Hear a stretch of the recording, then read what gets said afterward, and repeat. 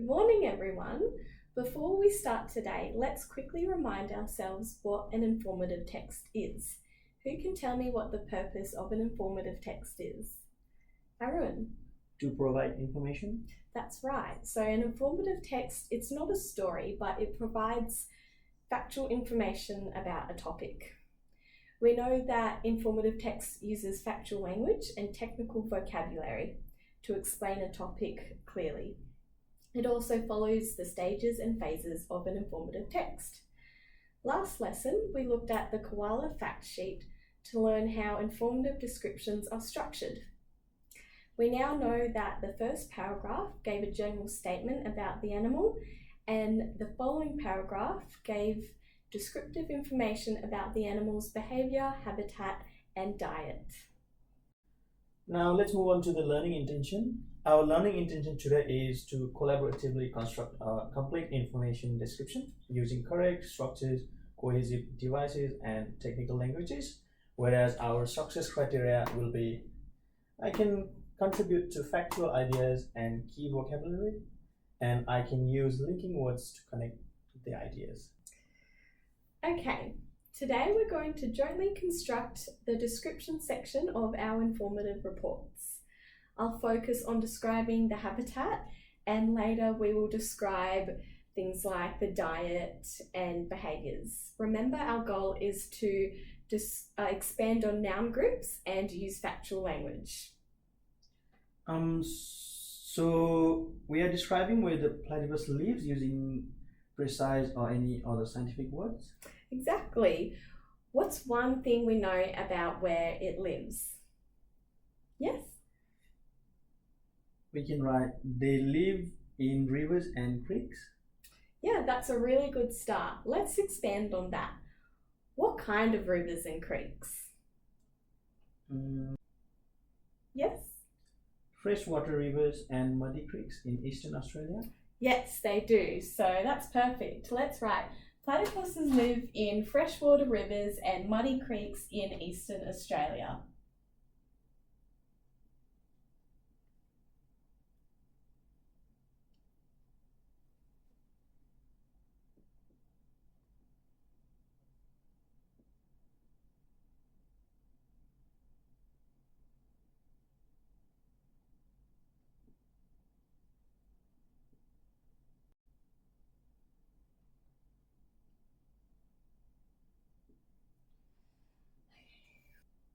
Okay, so that uses prepositional phases and expanded noun groups.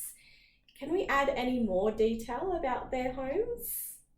May I? Yes. They build burrows in the banks to rest and stay safe. Excellent. So that uses the verb build and it adds purpose. So let's read that habitat paragraph together. So I'll add, they build burrows in the banks to rest and stay safe.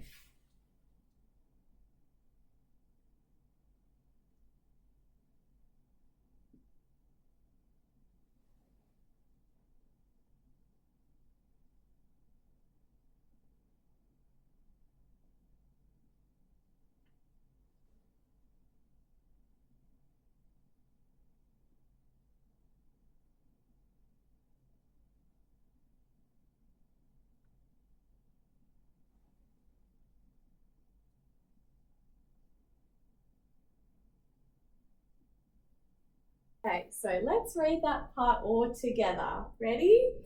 Platypuses live in freshwater rivers and muddy creeks in eastern Australia. They build burrows in the banks to rest and stay safe. Good job.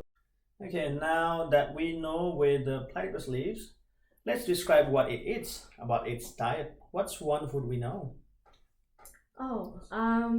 Is it insects, or maybe they eat worms as well? That's good. Now let's expand that into a sentence. Maybe by saying platypuses feed on insects and worms they find underwater. How could we make it more detailed?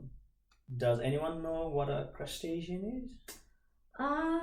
Yeah, I've heard that word before. Is it like crabs and lobsters? Yes, that's right. But the crustaceans that platypus eat are yabbies and shrimps. So our full sentence is platypuses feed on insects, worms, and small crustaceans that they find underwater. So maybe let's write that up. Platypuses Feed on insects, worms,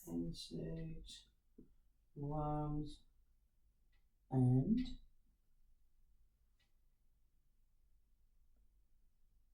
small crustaceans.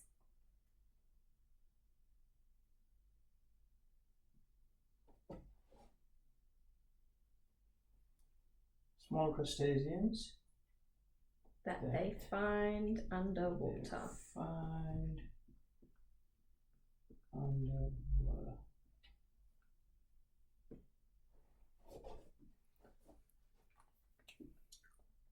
So what verb shows how they eat?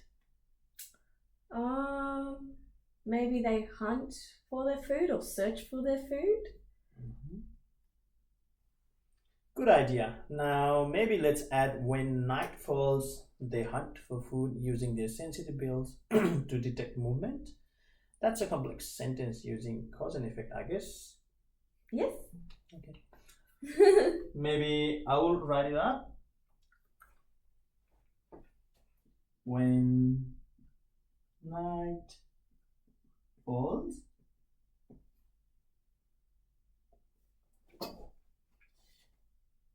they hunt for food. They hunt for food and using their sensitive bills. Using their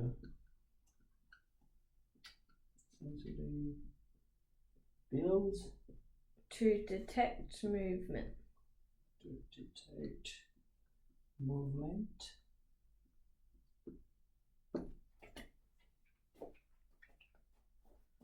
Okay, now let's read it aloud together for the diet description. Platypuses feed on insects, worms, and small crustaceans that they find underwater. When night falls, they hunt for food using their sensitive bills to detect movement. Well done. Great work, everyone. We finished writing our factual description that describes the platypus's habitat and also its diet. We've used verbs and technical words like burrows, crustaceans, and mammal. How else have we made it more detailed? Yeah, we also use noun groups like freshwater rivers and muddy creeks. Exactly. And that's what makes our writing sound a bit more like a real information report. It's clear, detailed, and scientific. Next time, you'll plan and write your own information report about a different Australian animal using what we've learnt today about the structure, factual language, and the expanded noun groups. Great work today.